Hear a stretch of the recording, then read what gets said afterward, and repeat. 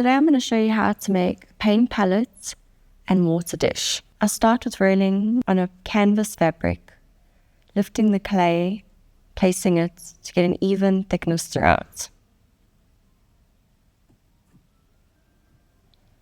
Once I've rolled it evenly out,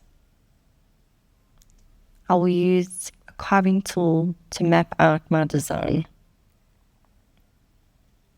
I first use a card to evenly scrape out any uneven bubbles, and then I use a carving tool to map out the design I'd like. I started wanting to do a flower design and then decided I actually wanted to do something more. I start with a circle, and then I thought I was going to use the circle to just go with a design that I felt would flow. Clay is very forgiving, so you can actually just wipe it out with using your finger or a sponge. So I just freely carve the clay, and if I like it,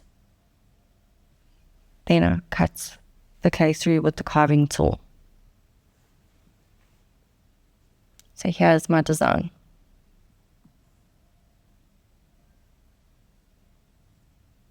You can use a blade or a carving tool. In this case, I prefer the carving tool. It's almost like a pencil, so it's more free to work with. You can take off the offcuts, and then I'll neaten the edges. The clay becomes quite sharp when fired, so it's important to round off your edges. So you just use a sponge, a little bit of water. You can even use your finger.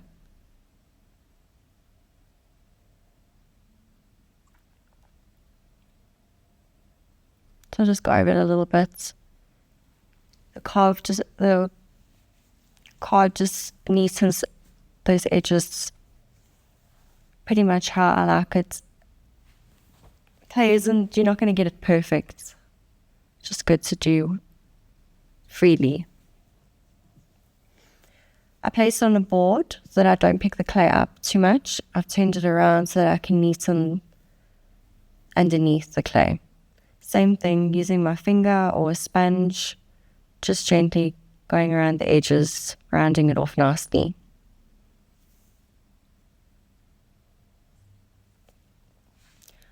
I've got a few clay stamps. I haven't made my own signature stamp yet, so I was playing around. I wanted to carve my name, and then I actually decided, let's just go with the stamp. So what's nice, clay's very forgiving, so I just rubbed it out.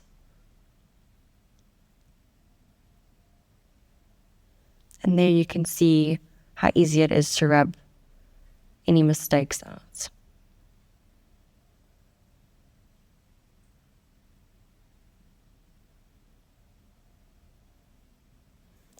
Once I'm happy with that, I just flip it around.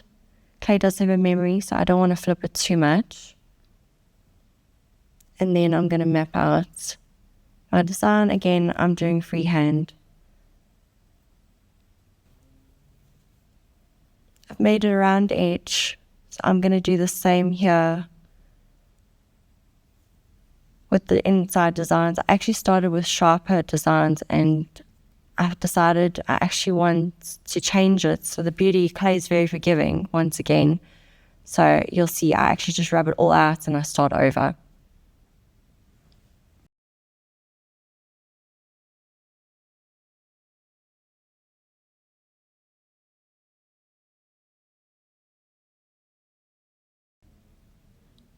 Initially, I didn't make a circle for my water dish, and then decided I need a round circle for the water dish, and then I'll play and go around with that. I like the first circle, but then I decided the rest can go. So again, you can see how forgiving the clay is. It's very easy to rub out. I teach a lot of people about pottery, and I find sometimes people worry that they're going to make a mistake. And I think it's important to just go with what you're feeling, and it is okay to make mistakes. So I just draw using the circular shapes instead of the harsh, sharper shapes. And while I was drawing this, I actually thought, palette has a hole on the one end so you can put your thumb. So I went and just drew in that last circle, where I'm actually going to carve that out, which you'll see now in the video.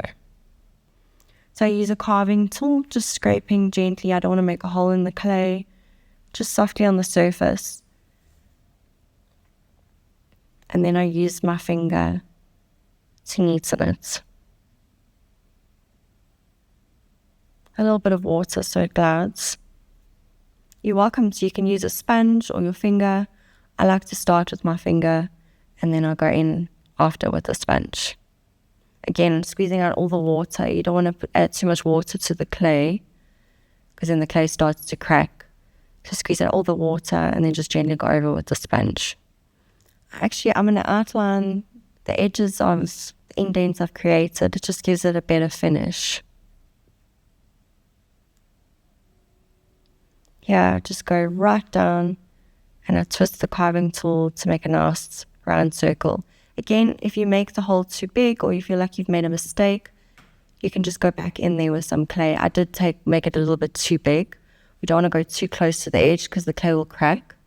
So I'm just working the clay back in.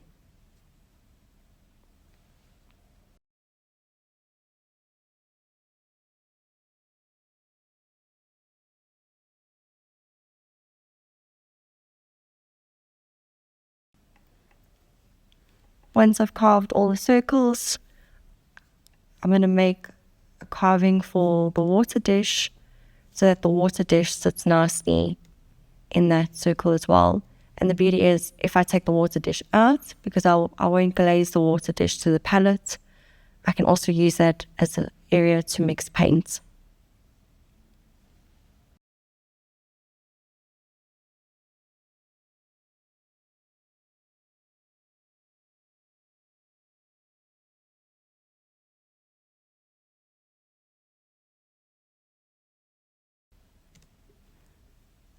Now I'm going to show you how I do the water dish. In this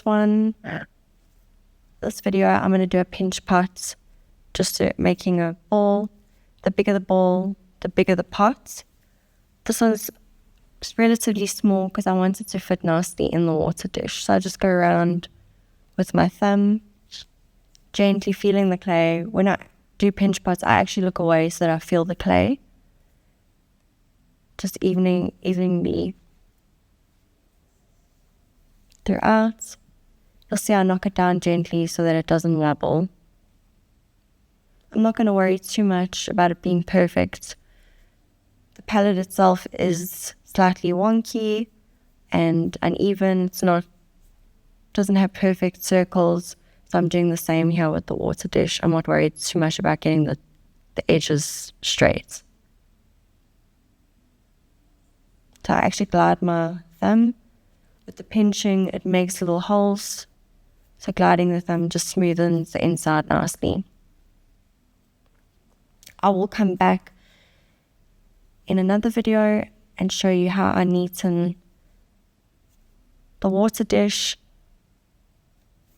before I paint the water dish and palette. Just take your finger, a little bit of water, neatening the edge. Our hands are pretty warm, so we actually suck out the moisture out of the clay. Adding a little bit of moisture just helps. And there you go. It fits snug in the little palette, and I'm pretty happy with that. And in my next video, I'll show you how I'm going to paint the palette. Thanks for watching.